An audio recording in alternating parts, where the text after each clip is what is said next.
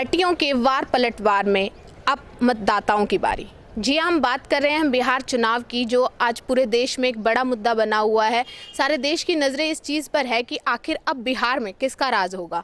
पहले नीतीश और बीजेपी की सरकार रही, जेडीयू और बीजेपी का गठबंधन था। उससे पहले ये गठबंधन जेडीयू और आरजेडी का था, पर कुछ मतभेद के बाद अब आरजेडी और जेडीयू और बीजेपी का गठबंधन, यानी कि नीतीश और मोदी का गठबंधन यहाँ पर हुआ और नीतीश को मुख्यमंत्री का ताज मिला। पर अब जब मतदाताओं की एक बार फिर से बारी आ चुकी है, चुनाव हो रहे हैं, तो दौड़ में बहुत से नए चेहरे हैं। आरजेडी से तेजस्वी यादव एक नया चेहरा उभर कर सामने आ रहे हैं। वो एक तरह से बिहार की पसंद भी बनते जा रहे हैं, क्योंकि उनकी रैलियों में बहुत बड़ी मात्रा में भीड़ देखी जा रही है। बिहार के चुनाव की अगर बात करें तो ये 3 चरणों में होने हैं, जिसके पहले चरण का चुनाव 71 सीटों पर हो चुका है।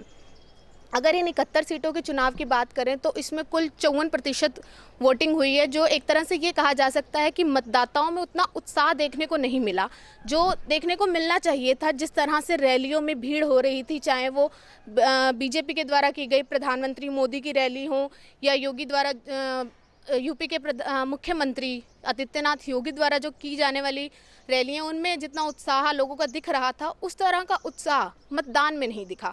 आखिर इसके पीछे क्या वजह रही, वो अगले 2 चरणों में कहीं ना कहीं साफ हो जाएगी। और इसी चरण के बाद, जो मतदान के बाद, जो महागठबंधन है आरजेडी और तेजस्वी यादव हैं, उन्होंने ये कहा कि इस बार महागठबंधन 55 सीटों से ज़्यादा लेकर क्लीन स्वीप की तरफ आगे बढ़ेगा।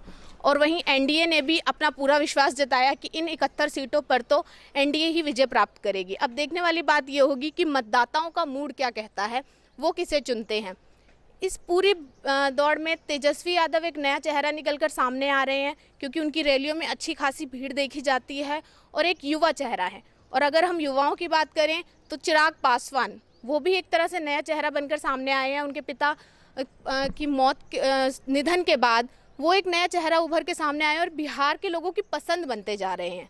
अब देखने वाली बात ये रहेगी कि अगले 2 चरणों में क्या स्थिति साफ होती है और बिहार में आखिर किसका राज होता है। कैमरा पर्सन आदिल के साथ मैं रूपल, एसीपी न्यूज़ पानीपत।